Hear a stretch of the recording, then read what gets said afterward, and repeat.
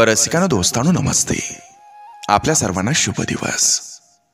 दोस्तांनो, जीवनाचा प्रवास करत असताना, हे आयुष्य जगत असताना कोणी स्वतःहून आपलं दुःख सांगत असेल, स्वतःची वेदना सांगत असेल, तर मनातलं कुणाला तरी सांगावं, आपलं मन मोकळं करावं, ही त्याची इच्छा असते आणि तुम्ही ते ऐकावं, ही त्याची अपेक्षा असते.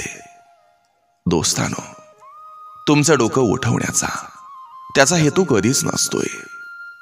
जर आयुष्याच्या प्रवासात असं कोणी भेटलं तर निदान त्याला 5 मिनिटं तरी वेळ द्या. त्यानं तुमचं मोठं नुकसान नाही होणार, पण हीच 5 मिनिटं त्याला लाख मोलाचा मानसिक आधार देतील. नक्की विचार करा. चला, आजही आपल्यासाठी सुंदर विचारांची ही शिदोरी, ही मालिका अशीच पुढे घेऊन आलोय. चला, करूया सुरुवात सुंदर विचारांना, सुंदर सुविचारांना. मिळवण्यापेक्षा मिळालेलं सांभाळून ठेवणं हे खूप जास्त कठीण असतं.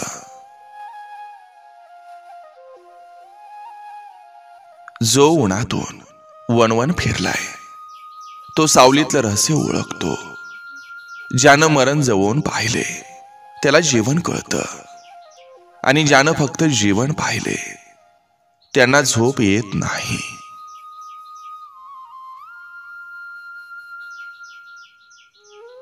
देव कुणाचं दुःख कमी करत नसतो.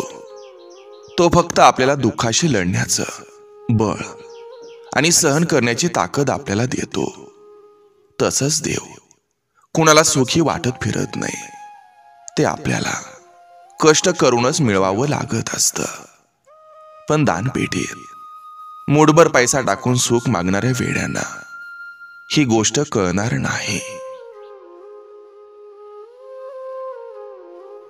स्वतःबद्दल कधीच वाईट विचार करू नका, कारण देवानं या कामाचा ठेका शेजाऱ्यांना आणि नातेवाईकांना देऊन ठेवला आहे.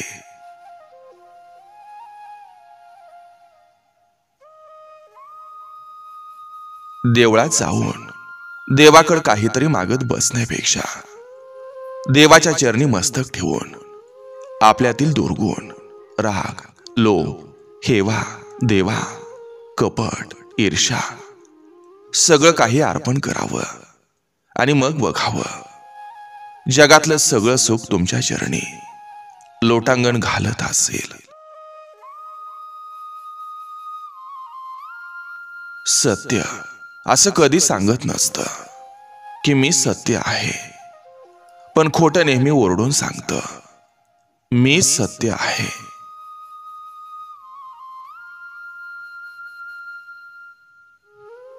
संपत्तीच्या चष्म्यातून नात्याला कधीच निरखून पाहू नका, कारण नात्याला घट्ट जोडून राहणारे बहुधा हे गरीबच असतात. जो माणूस जेवढा जास्त संवेदनशील असतो त्याच्या आयुष्यात तेवढ्या जास्त वेदना असतात.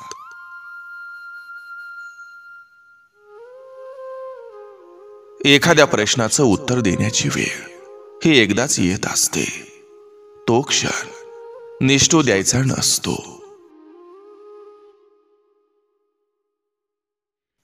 हळूवार जागी वार झाला तरीही त्यावर हास्याचा बुरखा चढवण्यात यशस्वी झालेल्या माणसाच्या जखमा शेवटपर्यंत समजत नाहीत.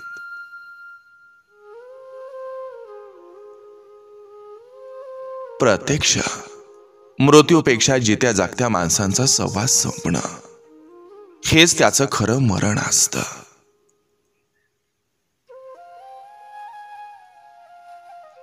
आपली आवडती व्यक्ती ही आपल्या सोबत असली की सगळा तणाव निघून जातो.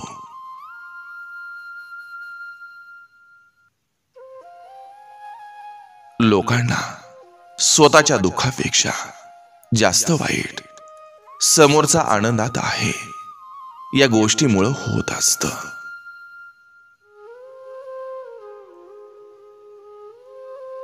संसार म्हणजे गुडघाभर चिखलात चालण्यासारखं असतं. जोरात पळताही येत नाही आणि थकलो तर खाली बसताही येत नाही.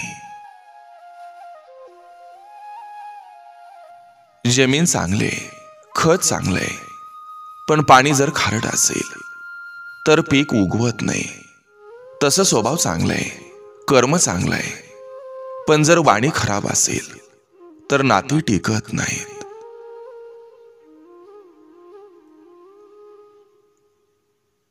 आयुष्यात कृतज्ञता व्यक्त करणं किंवा धन्यवाद देणं ही शिस्त आहे, परंतु केलेली मदत लक्षात ठेवणं हे संस्कार आहेत.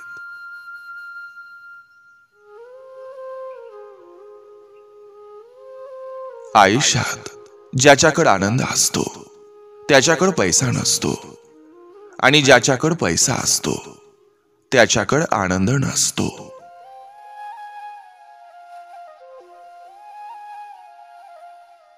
माणसाचं आयुष्य जीवनात 2 वेळा नक्की बदलतं. कुणीतरी खास व्यक्तीने जीवनात प्रवेश केल्यावर आणि कुणीतरी खास व्यक्ती नकळत सोडून गेल्यावर.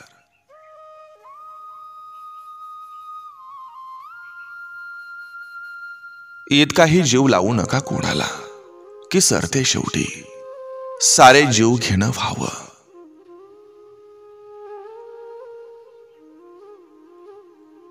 घराला आणि माणसांना सौंदर्याचा स्पर्श आणि जाणीव ही कायम असायला हवी.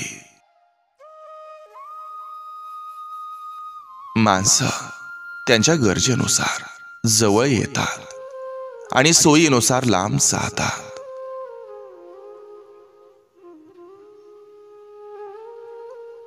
नातेवाईकामध्ये सगळेच परिपक्व नसतात. आपल्या जाता जाता केलेल्या मूर्ख विधानानं समोरचा माणूस किती उद्ध्वस्त होतो हे जवळच्या माणसांना कळत नाही.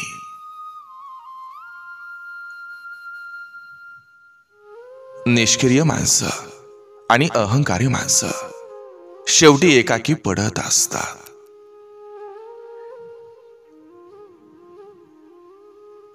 प्रेम घडतं, घडवून आणता येत नसतं.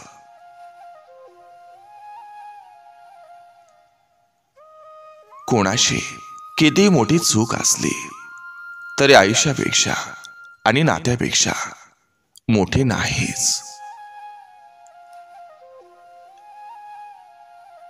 हरामाचा पैसा मस्ती करायला शिकवत असतो, मात्र घाम गाळून कमावलेला पैसा आयुष्य जगायचं कसं हे शिकवत असतो.